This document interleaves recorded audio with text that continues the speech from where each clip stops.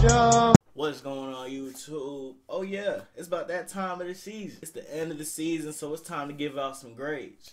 When you think about it, it's kind of like school, you know what I'm saying? You start the school year off fresh, and then towards the end of the season, you get graded on your overall performance. That's what we're about to do for our 2017 draft class. Yes, we're going to give out grades now. I don't care what y'all talking about. Some of y'all be like, oh, you got to wait 3 years. Oh, you got to wait about 5 years to grade. Nah. We grading them now. We about to grade them now, see how we did. Because, you know, sometimes our draft picks is a little questionable. But, you know, it is what it is, man. So, let's get down to it. Starting off with our first rounder, Takk McKinley. I will say this man had a great season, you know what I'm saying? Rookie, fresh out of UCLA, taking on these grown vets in the NFL. He was just out there dominating. And the thing is, he didn't really see too many snaps, at least not as much as the other D linemen on our team. This man had a combined 20 tackles, 15 total, 5 assists, 6 sacks, 1 fumble recovery, 2 forced fumbles. And if you count the playoffs, this man had 2 sacks as well. You know what I'm saying? With a busted shoulder, I would say this man did a great job. Throughout the season as fans, we was begging this coaching staff, just begging, on our knees, just begging and pleading for this man Takk McKinley to get more snaps during the season. And as the season progressively went on, he did get a little bit more, but he could have definitely seen a lot more. Coming into next year, I know he's gonna be great. I love the way he plays with the high motor, high energy. I can't wait, but I'm gonna throw a little jab. He's already better than Vic Beasley, but that video is coming soon. We're gonna get into that a little bit later. But for the grade for Takk McKinley, I will say I will give him a A-. It would have been A+ if he would have got like double-digit sacks, but as a rookie season, we can't ask for much more, man. So I give my man Takk McKinley an A-. Mr. Formulator, good job. Hope to see more from you this coming seasons. But it's time to move on. Next up, our 3rd round pick, Mr. Ponytail, Mr. Pretty Boy, Duke Riley. Fresh out of LSU, a Deion Jones homie, LSU brothers, you know what I'm saying? Cool. I wish I could say his play style was as pretty as his hair, but it wasn't. You know, he started off decent and then slowly dropped down to one of those players you want to see get off the field. It was a lot of times where you see him, he's just trailing a tight end in coverage, trailing a running back in coverage. He would get lost in run plays. It was bad. And at one point in time, they pretty much just took him out the game.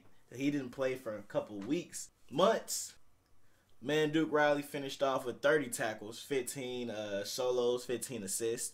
And that's pretty much it for his stats. He didn't really do too much after that. Like I said, it was a moment in time where we just forgot he existed. They took him off the field for a couple weeks to get his mind right. I don't know if it was just like the little rookie woes going on, you know what I'm saying? But it was looking bad, man. There's nothing really much else to say about him for the season. Hopefully he does better. I hope he is a great pick. You know what I'm saying? He has great speed. He was looking good in training camp, but I guess it's just training camp. Hopefully he does better later on in the season because I don't want to see him become a bust. I don't want to see that. So as far as the grade wise, I'm gonna have to give him a D. You know what I'm saying? Matter of fact, I'm gonna have to give him an F. We're gonna take it to an F. We're gonna have to give him an F. It was a bad season for him. Hopefully he does better. Next up, we got our pick from the 4th round, Sean Harlow from Oregon State. You know, I was excited to see him when I was doing the highlight tape things. His highlight tape is looking good, but I mean, what highlight tape doesn't look good? But in his highlight tape, he was out here bullying people. He was going crazy out there. So I was excited to see him play. It was just unfortunate we didn't get to see him this season. So for the people who don't play, I'm just going to have to give him a D as a grade, you know what I'm saying? Because they didn't really get a chance to show themselves off. They didn't really get a chance to go out there on the field to prove me wrong. So I'm going to have to give him a D. Sorry, Sean. Hopefully we get to see you soon. Next pick. All right. This is one of my favorite picks coming out of the draft, watching his highlight tapes because I didn't know about him. And I dang sure know half of y'all didn't know about him until y'all looked him up, unless you're just a big San Diego State fan. But Damontae Kazee. This man is a true ball hawk. This man is all over the place. He will find that ball, intercept it, force fumbles. He will put his nose in there and make that tackle. He does not care about his body. I know half of y'all who play football, there's always that one person on your team who just doesn't care about their body and will go out there and make plays no matter what. And this man is Damontae Kazee. He got to play when people got hurt. He played corner, a little bit of safety. He did good. You know, sometimes where he was out there looked a little lost. Like, if you rewatch the play, you probably wouldn't see it, like, live. But if you rewatched it, you could tell he looked a little lost. Didn't really know what was going on out there. But it's cool. He's a rookie. He's going to have plenty of opportunities throughout the season. He was pretty much on special teams. If you remember, he had one bad mistake where he ran into the punt returner after a fair catch. But it's all good. You know what I'm saying? It's all rookie mistakes. Far as stepping in and handling special teams, playing hard, he's playing with high motor, man. I'm going to have to give him a C. You know, he didn't really do too much. He was just out there. He was cool, but hopefully we get to see him next season go crazy, do great things, because I like him. He's probably my favorite pick coming out in this draft, you know, after watching the highlights and all that. But I'm going to give him a C. On to the next one. All right, in the 5th round, this man, after watching his highlight tapes, I've seen him play a couple times only because of his quarterback. But this man, Brian Hill, had me fooled. I thought he was going to be the next big thing for us in running backs. He even had me make videos like, oh, Tevin Coleman about to lose his job. Freeman about to lose his job. This man, Brian Hill, highlight tapes, he was out here rumbling, bumbling, stumbling, knocking folks down. He was trucking, stiff-arming. He was just abusing these defenders in his division. And then he comes to the NFL, you know what I'm saying? Preseason, they gave him plenty of chances. Him and Teron Ward was duking it out, battling it out. Or I lied. It was pretty much Teron Ward doing this thing, and Brian Hill was just kind of there. And then we ended up, I think, putting him on a practice squad, and then we ended up cutting him. And then he's now on the Cincinnati Bengals, and he didn't really do too much there either. I tried keeping up with him, but wasn't really much to keep up with. So for our 5th round pick, Brian Hill, I'm just going to have to give him an F too, because it was bad. It had me fooled. I thought he was about to come to the NFL going crazy. I thought he was going to be like a Marshawn Lynch type running back. Boy, was all wrong. Our last pick coming out of Drake. I want to see him play. I haven't really got to see him play. Our boy Eric Saubert, tight end.